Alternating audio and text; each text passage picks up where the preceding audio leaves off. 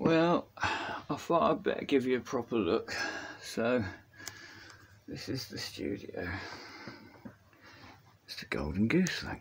Okay, it's the orange amp and a stack of 3 Fender black faces with the bloody V. There's the guest chair for if you want to jam, like what I didn't do because I was gibbering away too much at poor old Chris.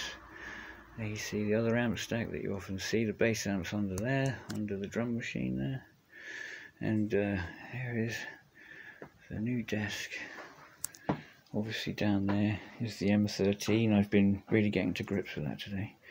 There's the new desk, and here's the new recorder. Above is the old recorder. Now, for like doing something like recording my drummer, I would have only had a stereo in on that, so I'd have needed the desk and to mic it all up at the desk and then go on the stereo in on that. That's fine. But on this, I believe I can do 8 mics at once straight into the machine. So that's pretty damn cool.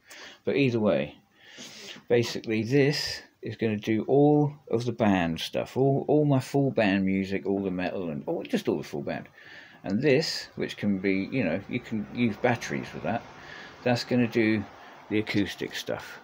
So, you know, I might even, you know, use like churches and things like that to get the natural reverb and stuff for vocals. But yeah, and the Vox amps there. Underneath there is another amp. There's another amp under there, which is like my, you know, various instrument amp, keyboard amp, acoustic amp. But yeah, so basically the Boss, because you can run it on batteries, check this out, look, this is quite amazing really. Okay, you can run it on like 6 Mortwind batteries, okay? And it's got a very, very usable and high quality stereo mic. So you can just take that anywhere, it doesn't have to be plugged in or anything.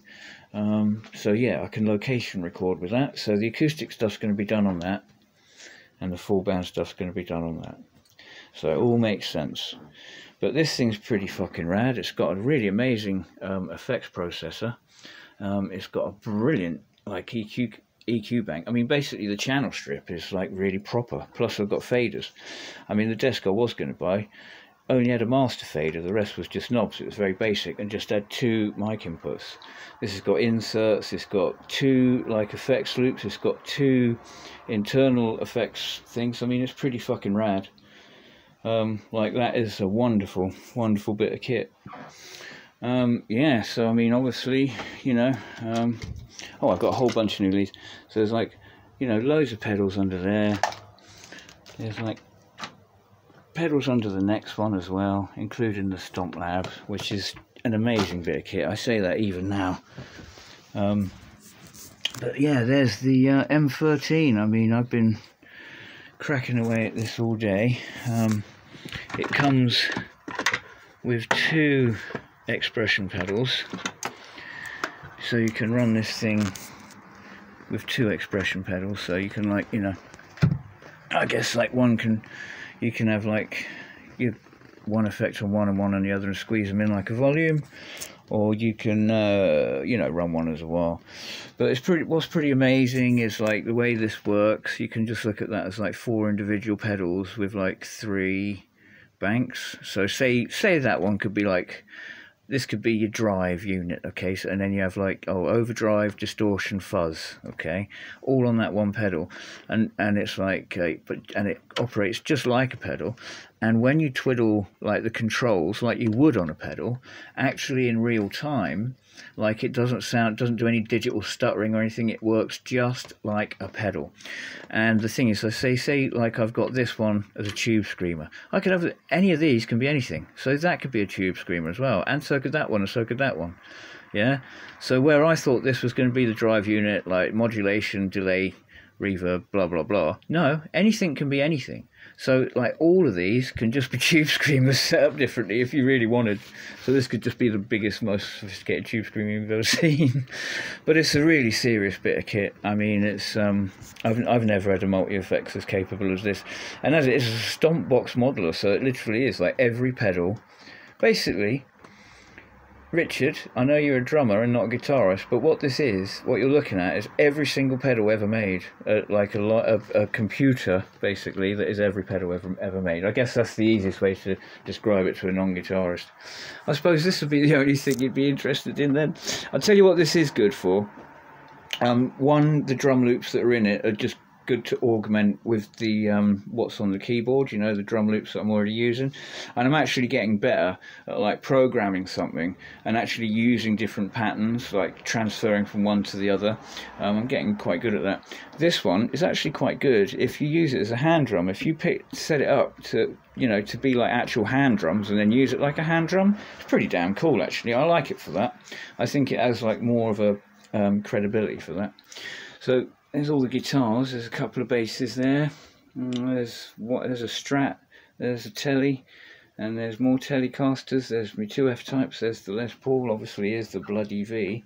Awesome that. I was great. Like Malco sent me a picture today, and it looked just like this congealing blood thing, and it was Kerry King's double neck custom V.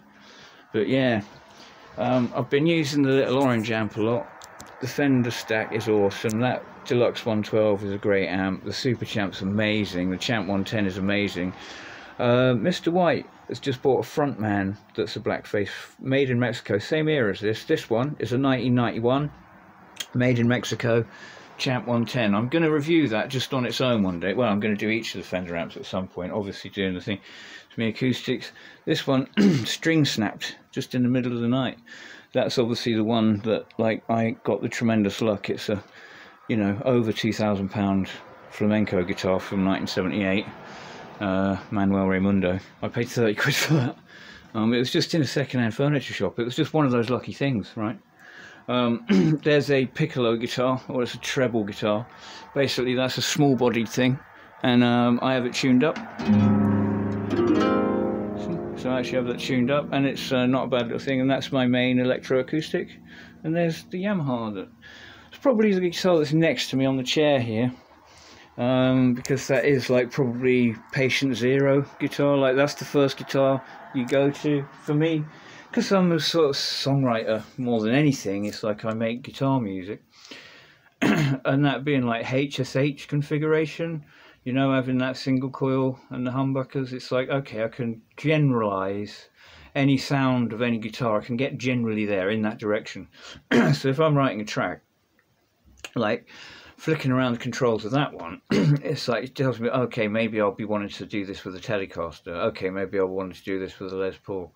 Do you know what I mean? It like puts me in the direction of where I want to go. So that's where you start.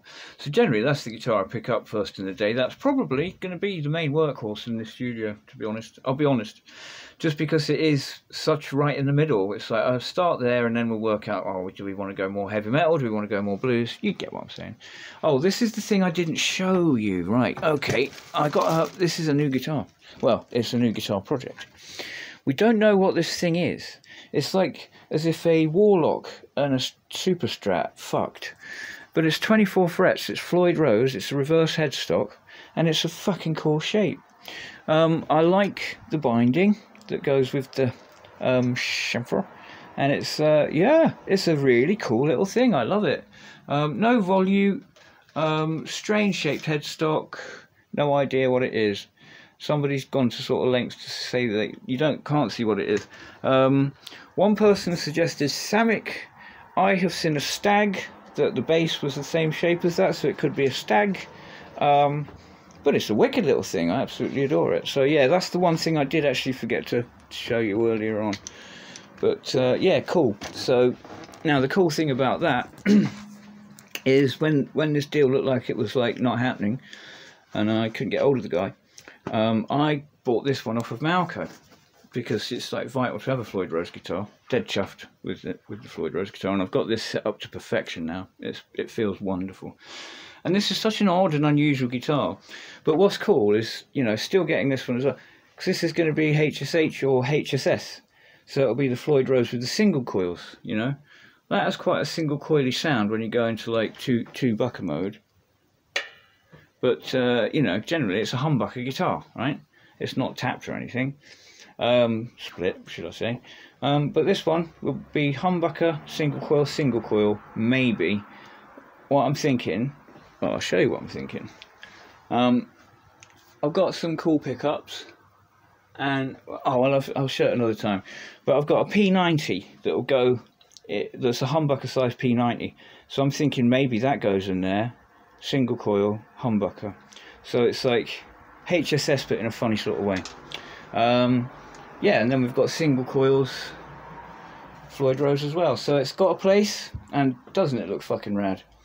So yeah, we're on the 12 electric guitars, and really I think all we're after now is a hollow body, and we're done. Like, there is an end to this. Like, you know, they're just tools. Like, I just want the correct toolkit, and fuck me, doesn't this look like a pretty good toolkit now? It looks pretty serious, don't you think? This is starting to get there, right? But yeah, I just wanted to show you the new bits properly, because I was very quick earlier, and poor old Richard got in a mood and said it was very unfulfilling, but hopefully he'll understand why I'm quite happy. Anyway, fucking awesome. And I'll see you all soon, and it will be right back to basics with an acoustic guitar. None of this silliness. Love you to bits.